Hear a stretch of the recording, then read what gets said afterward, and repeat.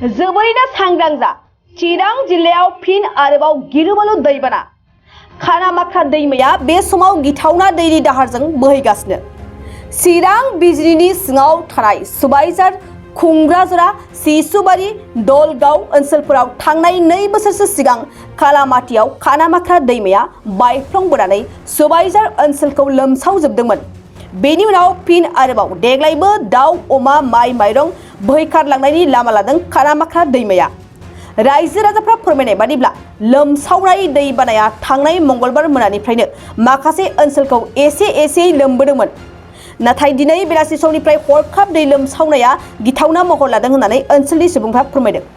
मोनसे गोजोनथाव खौरां 2023-24 सोलोंथाइ बोसोरनि थाखाय 11-12 थाखोनि गोदानै मुं थिसननाय लानानै फैदों बाक्सा जिल्लानि सालबारि बाजारनि साखाथियाव थानाय सेन्ट जेभियार्स इंलिश स्कुला। देग्लाय बोसोरनिफ्राय सेन्ट जेभियार्स इंलिश स्कुलाव आर्ट्स आरो साइन्स आयदानि थाखाय गोदानै फरायसाफोरनि मुं थिसननाया दायो सोलिगासिनो। बे फरायसालियाव मुं थिसननाया बेसेन नाङै जागोन आरो डेभेलपमेन्ट फिसा 1000, दानफ्रोमबो टिउसन फिसा 1500 रांखौ फरायसानिफ्राय लानाय जागोन। बेजों लोगोसेनो जायफोर फरायसाया मेट्रिकआव 90 जौखोन्दोनि बांसिन मोननाय आरो बिपिएल कार्ड थानाय फरायसाया बेसेन नाङाजासेनो मुं थिसननो हागोन। बबेखानि 80 जौखोन्दोनिफ्राय बांसिन नम्बर लानानै उथ्रिनाय आरो बिपिएल कार्ड थानाय फरायसाफ्रा मुं थिसननायाव 50 जौखोन्दो फ्रि जागोन।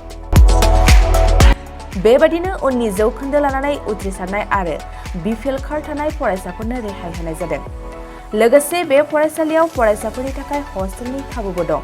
गोसो गोनां फरायसाफ्रा सेन्ट जेभियार्स इंलिश स्कुलाव 11-12 थाखोनि गोदानै मुं थिसननायनि बागै आबुं बाथ्राखौ मिथिनोब्ला नैबे मबाइल नम्बर 9954427791 आव थोंजों सुलाद लानो हागोन।